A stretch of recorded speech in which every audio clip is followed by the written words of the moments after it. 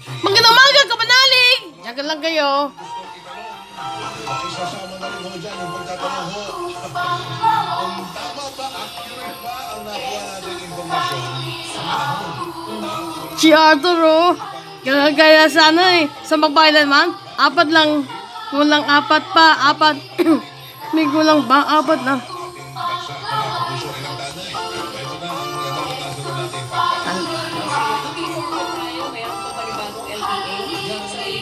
Salamat ng ama, ng anak.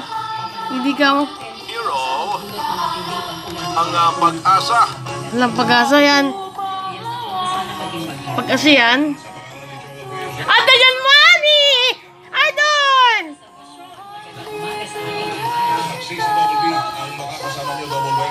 Ginagalit nyo. Galit nyo ko. Galit nyo ko sa akin.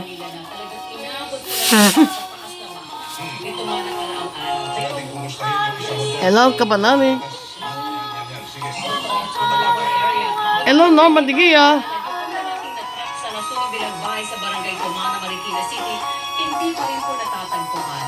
Nandun si Mark. Mark, magandang umaga.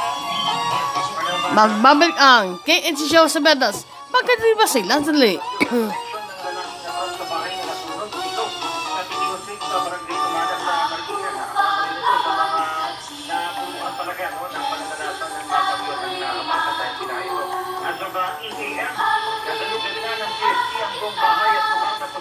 Balbon.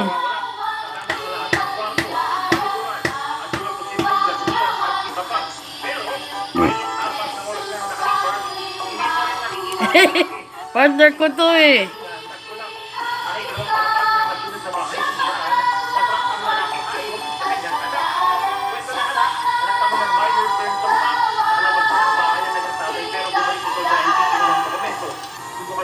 Ang kanyang ama, pero ito ay nakapiglas.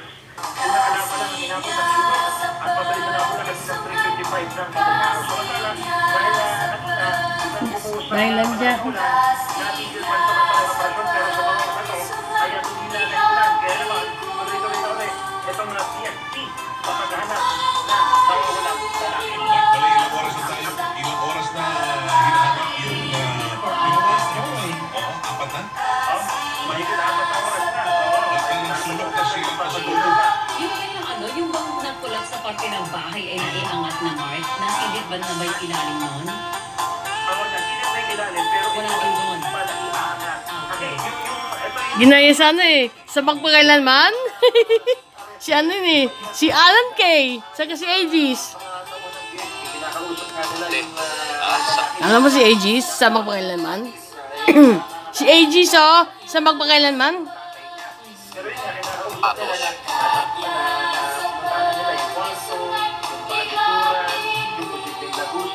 Hindi pa rin na makakita. Sabi naman ng basic, naman natin, ano yung gagawin nila?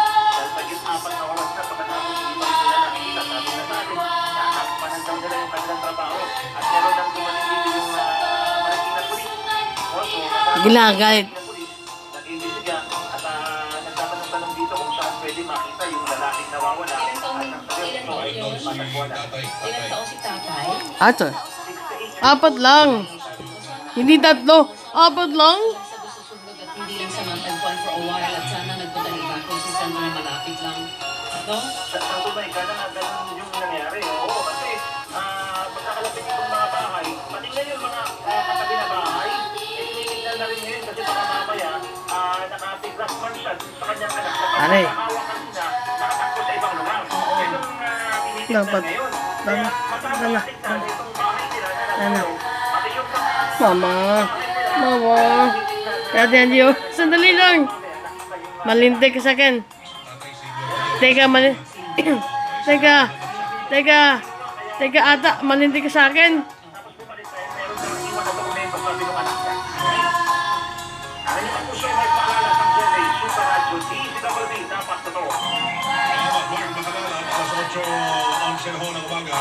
Kung tayo kay Alan Gatos naman, yung bakas ng matindi pa. Kitang-kita ho sa barangay Apolonio, Samson, sa Quezon City. Ayos ah.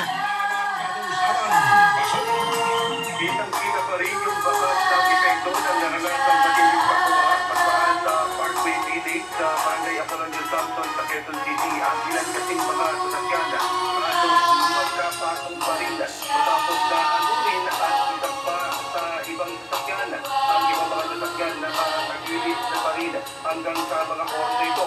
Noong Miyerkules, Masyado Maliti ang malakas na agos sa tubig na naranasan ng mga residente. Sa mga nakalipas sa mga bagyo, pinakamalala o naranasan